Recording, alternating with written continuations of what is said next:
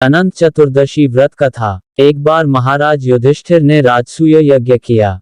उस समय यज्ञ मंडप का निर्माण सुंदर तो था ही, अद्भुत भी था। वह यज्ञ मंडप इतना मनोरम था कि जल व थल की भिन्नता प्रतीत ही नहीं होती थी। जल में स्थल तथा स्थल में जल की भांति प्रतीत होती थी। बहुत सावधानी करने पर भी बहुत से व्यक्ति उस अद्भुत मंडप में धोखा खा चुके थे।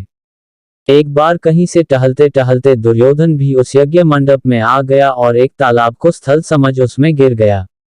द्रौपदी ने यह देखकर अंधों की संतान अंधी कहकर उनका उपहास किया।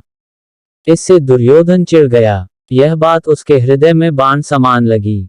उसके मन में द्वेष उत्पन्न हो गया और उसने पांडवों से बदला लेने की ठान ली। उसके मस्तिष्क में उस अपमान का बदला लेने के लिए विचार उपजने लगे। उसने बदला लेने के लिए पांडवों को द्यूत क्रीड़ा में हराकर उस अपमान का बदला लेने की सोची। उसने पांडवों को जुए में पराजित कर दिया। पराजित होने पर प्रतिज्ञानुसार पांडवों को 12 वर्ष के लिए वनवास भोगना पड़ा। वन में रहते हुए पांडव अनेक कष्ट सहते रहे। एक दिन भगवान कृष्ण जब मिलने आए, तब युधिष्ठिर ने उनसे अपना दुख कहा और दुख दूर करने का उपाय पूछा।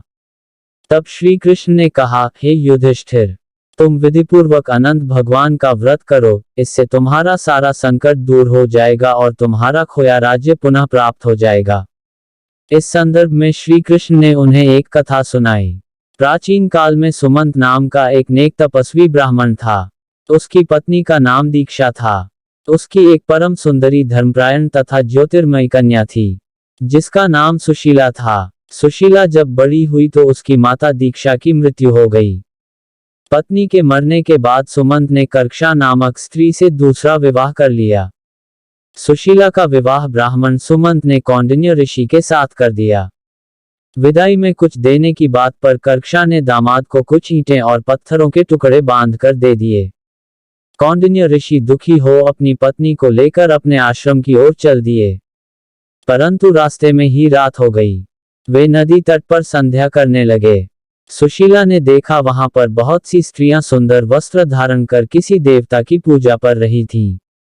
सुशीला के पूछने पर उन्होंने विधिपूर्वक अनंत व्रत की महत्ता बताई। सुशीला ने वहीं उस व्रत का अनुष्ठान किया और 14 गांठों वाला डोरा हाथ में बांधकर ऋषि कौंडिन्य के पास आ गई। कौंडिन्य ने सुशीला से डोरे के बारे में पूछा तो उसने सारी बात बता दी। उन्होंने डोरे को तोड़कर अग्नि में डाल दिया। इससे भगवान अनंत जी का अपमान हुआ। परिणामत ऋषि कौंडिन्य दुखी रहने लगे। उनकी सारी संपत्ति नष्ट हो गई। इस दरिद्रता का उन्होंने अपनी पत्नी से कारण पूछा तो सुशीला ने अनंत भगवान का डोरा जलाने की बात कही।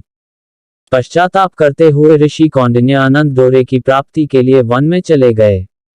वन में कई दिनों तक भटकते भटकते निराश होकर एक दिन भूमि पर गिर पड़े। तब अनंत भगवान प्रकट होकर बोले, हे कौंडिन्य, तुमने मेरा तिरस्कार किया था, उसी से तुम्हें इतना कष्ट भोगना पड़ा। तुम दुखी हुए, अब तुमने पश्चाताप किया है। मैं तुमसे प्रसन्न हूँ। अब तुम घर जाकर विधिपूर्वक अनंत व्रत करो। 14 वर्ष पर्यंत व्रत करने से तुम्हारा दुख दूर हो जाएगा। तुम धन धान्य से संपन्न हो जाओगे।